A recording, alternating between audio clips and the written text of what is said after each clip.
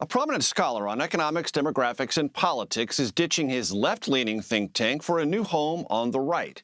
He left the Center for American Progress to join the American Enterprise Institute. Ruy Teixeira told Politico that his views have not and will not change with this new gig. Ruy Teixeira joins me now. Now, folks, we would not ordinarily do a segment on a scholar from a think tank changing addresses, but we're doing this because it might be emblematic of something bigger, of more interest.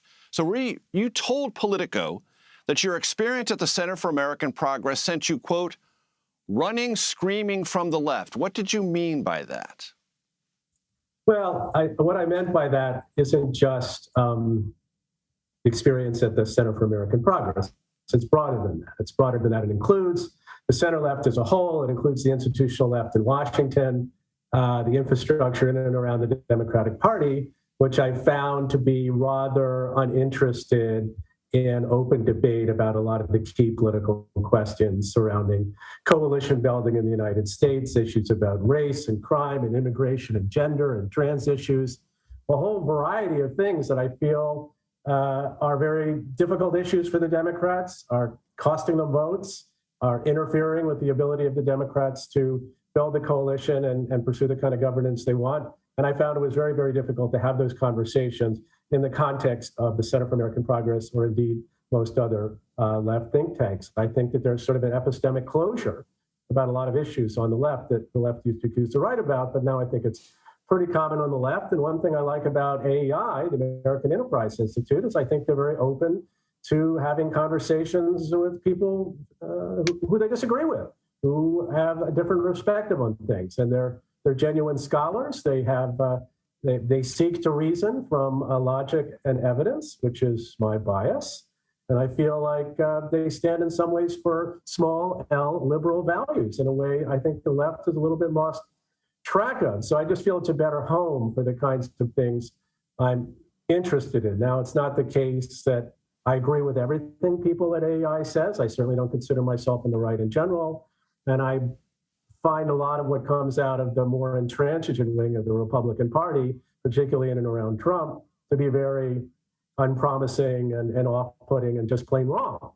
But I think wisdom should put us in the direction of having people from all parts of the political spectrum have open and interesting and evidence-based dialogues, and that's what I'm after. Right. Now, Ruy doesn't need me to say this, but I've been reading his stuff for years, and he really is one of the most brilliant observers because he talks about something I think is fundamental to politics in our country, always has been, which is class and economics. He doesn't ignore race, he doesn't ignore gender, but he really does look at things in terms of changing demographics and how economics flows through that. And if I hear you, Ruy, you're saying that on the left now there's this hardening around notions of race and gender being determinative and a de-emphasis on class and economics. And you not only find that intellectually faulty, but sort of constricting. Am I getting that right? Yeah, you're getting that exactly right. I mean, if you look at the fundamentals of the way our system works and the advantages and disadvantages people have, I've always believed and believe today, these are fundamentally questions of class, of economic advantage and disadvantage. And I think that people on the left have always stood for putting those issues first and foremost and concentrating on them and trying to lift up as many people as they can with effective programs, give everyone an equal opportunity to achieve in the society and overcome their disadvantages. And I think that emphasis on class has really gone a begging to a large extent in and around the Democratic Party today, particularly its sort of think tank and advocacy group wing, where it's become much more fashionable to not only talk a lot about race and gender, but in fact, to actually take universal programs which uplift people from the working class and put them in racial equity terms, which I think is a big political mistake, and I think undersells the great impact that these programs can have on working class people of all races.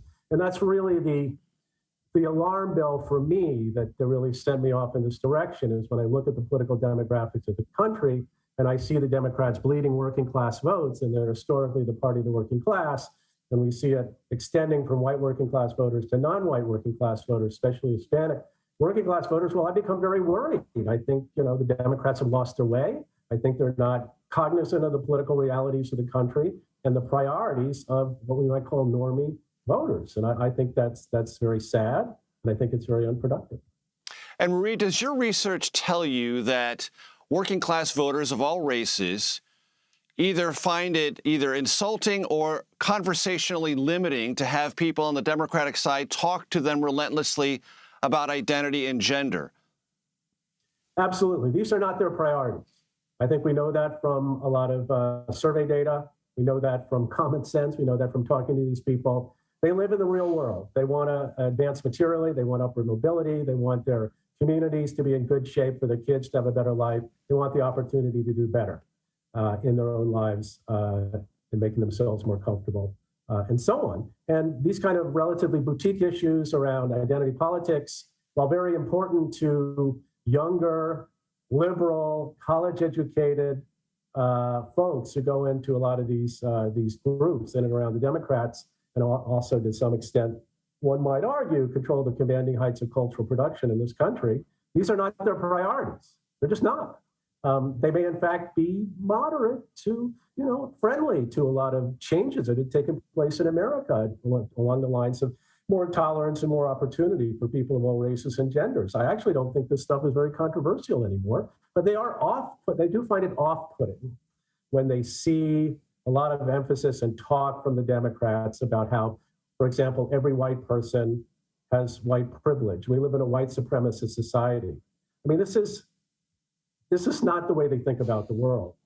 Echelon Insights recently did a survey where they asked people about essentially, what do you think best describes the country that is structurally and intrinsically racist throughout its institutions, or racism is primarily a matter of the views of individuals and racist practices that they pursue. And Hispanics overwhelmingly were on the side that said, well, I think it's probably mostly an individual thing. But if you look at the views of white progressives, the very kind of people who populate the sort of infrastructure of the Democratic Party, it was like 90% say this is a matter of what we might call structural racism, and it doesn't stem from individuals. And there's a variety of different things like this, which just show very clearly that the values held by the people who are sort of guiding the brand and defining the brand of the Democratic Party are very different from where working class voters are coming from. And it's not just white working class voters anymore, it's non-white working class voters as well.